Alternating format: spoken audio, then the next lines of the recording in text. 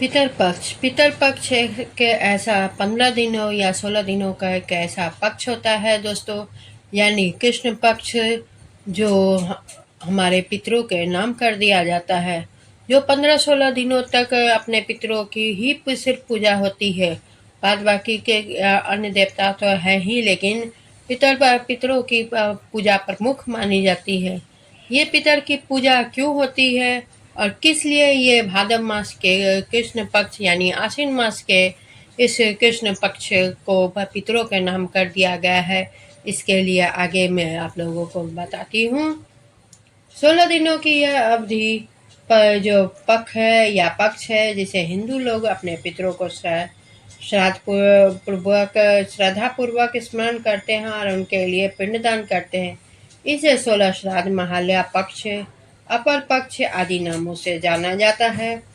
गीता जी के अध्याय 9 श्लोक 25 के अनुसार पितर पूजने वाले पितरों को, देव पूजने वाले देवताओं को और परमात्मा को पूजने वाले परमात्मा को प्राप्त होते हैं। अर्थात मनुष्य को भी उसी की पूजा करने के लिए कहा गया है जिसे पाना चाहते हैं। अर्थात समझदार इशारा समझ सकते हैं कि परमात्मा को पाना ही श्रेष्ठ है। अतः अन्य पूजा यानी देवी देवता और बस छोड़कर सिर्फ परमात्मा की ही पूजा करें।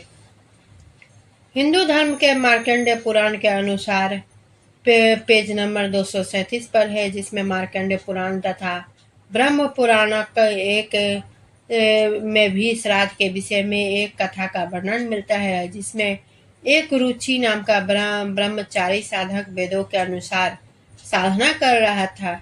जब वह 40 वर्ष का हुआ तब उसे अपने 4 पूर्वज जो मनमाना आचरण व शास्त्र विरुद्ध साधना करके पितर बने हुए थे तथा कष्ट भोग रहे थे दिखाई दिए। पितरों ने उससे कहा कि बेटा रुचि, शादी करवा कर हमारे श्राद्ध निकाला करो, हम तो दुखी हो रहे हैं। इस पर रुचि ऋषि बोले, हे पितामह, वेदों में क्रिया या कर्म कांड मार्ग को मूर्खों की साधना कहा गया है, फिर आप मुझे क्यों उस गलत रास्ते में लगा रहे हो।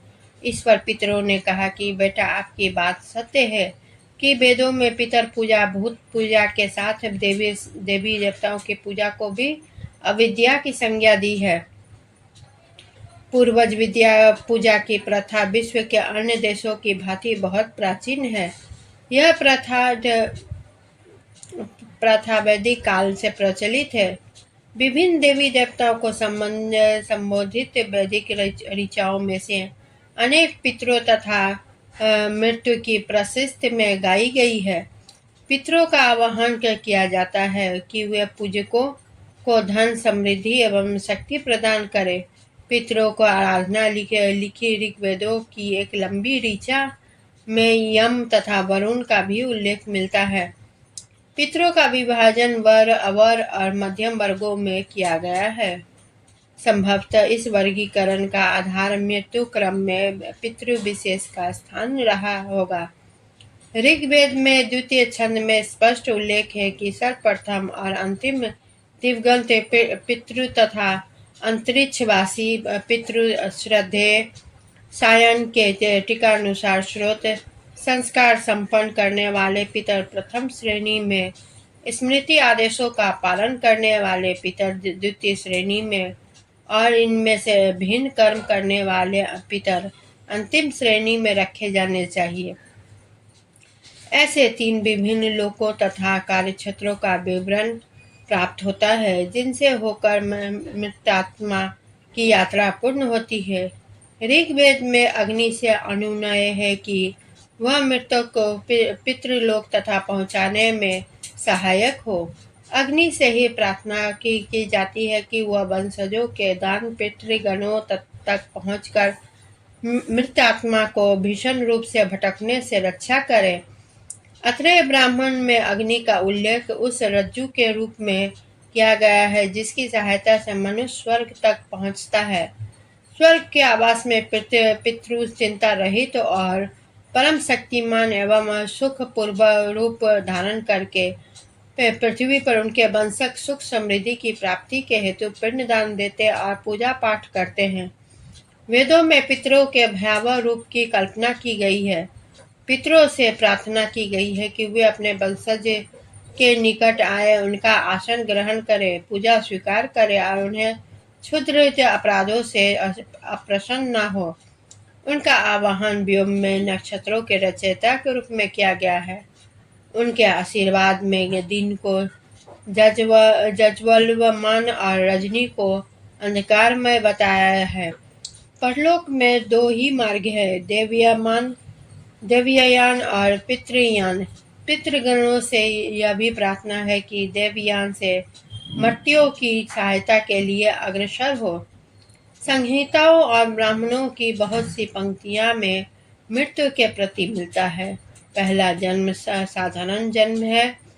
पिता की मृत्यु के उपरांत पुत्र में और पुत्र के बाद पौत्र में जीवन की जो निरंतरता बनी रहती है उसे दूसरे प्रकार का जन्म माना गया है। मृत्यु उपरांत पुनर्जन्म तीसरे प्रकार का जन्म है। कौशितकी में ऐसी व्यक्तियों का उल्लेख है जो मृत्यु के पश्चात चंद्रलोक में जाते हैं और अपने कार्य एवं ज्ञानानुसार वर्षों के माध्यम से पृथ्वी पर कीट, पशु, पक्षी अथवा मानव रूप में जन्म लेते हैं। अन्य मृत्यु के देवयान द्वारा अग्निलोक में चले जाते हैं।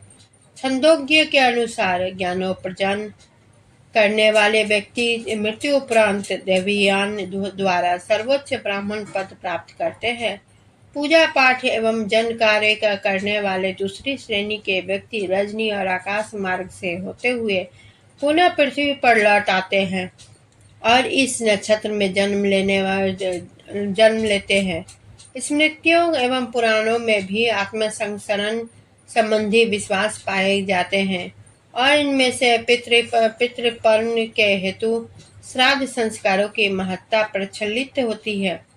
मृत्यु उपरांत पितृ कल्याण हेतु पहले दिन 10 दान और अगले 10-11 दिन तक अन्न दान देने चाहिए। इन्हीं दोनों दानों की सहायता से मृत्यु आत्मा कई काया धारण करती है और अपने कर्मानुसार पुनर्वृत्ति होती है। पितृ पूजा के समय वंशज अपने लिए मंगल कामना करते हैं। प्रथम 10 दानों का प्रयोजन मृतकों का अध्यात्म निर्माण है। मृत्यु के 11वें दिन एकादशी नामक दान किया जाता है। अगले 2 मास में प्रत्येक मास एक बार, अगले 12 मासों में प्रत्येक 6 मास की समाप्ति पर एक अंतिम दान द्वारा इन संस्कारों की कुल संख्या 16 कर दी जाती है। श्राद्ध संस्कारों के संपन्न हो जाने पर पहला शरीर नष्ट हो जाता है और आगामी अनुभवों के लिए नए शरीर का निर्माण होता है। वेद वर्णित कर्तव्यों के श्राद्ध संस्कारों का विशेष स्थान है। कर्तव्य परायणता के हित में वंशजों द्वारा इनका पालन आवश्यक है। आज भी प्रत्येक हिंदू इस कर्तव्य का पालन वैदिक रीति के अनुसार ही करता है। इस प्रथा के दार्शनिक आधार की पहली मान्यता मनुष्य में आध्यात्मिक तत्व की अमरता है। आत्मा किसी सूक्ष्म शारीरिक आकार में प्रभावित होती है और इस आकार के माध्यम से ही आत्मा का संसरण संभव है। असंख्य जन्मों मरणोपरांत आत्मा पुनर्वृत्ति से मुक्ति हो जाती है। यद्यपि आत्मा के संसरण का मार्ग पूर्व कर्मों द्वारा निश्चित होता है, तथापि वंशजों द्वारा संपन्न श्राद्ध क्रियाओं का महत्व भी जो इसे प्रभावित करता है। बौद्ध धर्म में 2 जन्मों के बीच एक अंतस्थायी अवस्था की कल्पना की गई है, जिसमें आत्मा के संसरण का रूप कर्मानुसार निर्धारित होता है। पूर्व जन्म में विश्वास हिंदू, बौद्ध तथा जैन तीनों चिंतन प्राणियों में पाया जाता है। हिंदू दर्शन की चरवाक पद्धति इस दिशा में अपवाद स्वरूप, अन्यथा पूर्व जन्म एवं पितरों की सत्ता में विश्वास सभी चिंतन प्रणालियों वर्तमान अपढ़ सभी हिंदुओं में समान रूप में पाया जाता है। कुछ भारतीय जातियों में मृत आत्मा की भोजन संबंधी आवश्यकता की पूर्ति माता की ओर से संबंधियों को भोज देकर की जाती है। निचले हिमालय की ताराई के भोक्सा अपनी पुत्रियों के वंशजों को भोज देकर मृत आत्मा के शांति की व्यवस्था करते हैं। उड़ीसा के जुआंग और उत्तरी भारत के अन्य कबीले मृतक के मामा को पुजारी का पद देते हैं। गया और ऐसे अन्य स्थानों में जहां सगे संबंधियों को पिंडदान दिया जाता है, ऐसे अवसरों पर भोजन करने के लिए ब्राह्मणों का एक विशेष वर्ग भी बन गया है। समस्त भारत में अश्विन मास में पितृपक्ष के अवसर पर वंशज पुरखों को पिंडदान देते हैं और पूरे पखवाड़े निकटतम पवित्र नदी में स्नान करते हैं। मैसूर के कुरुवारू और नीलगिरी पहाड़ियों के ये यरुकुल अपने देवताओं के साथ पितरों को भी बलि देते हैं। मुंबई राज्य के ढोर कटकड़ी तथा अन्य हिंदू कबीलों बिना छिले नारियल का पूर्वजों को मानकर उसकी पूजा करते हैं।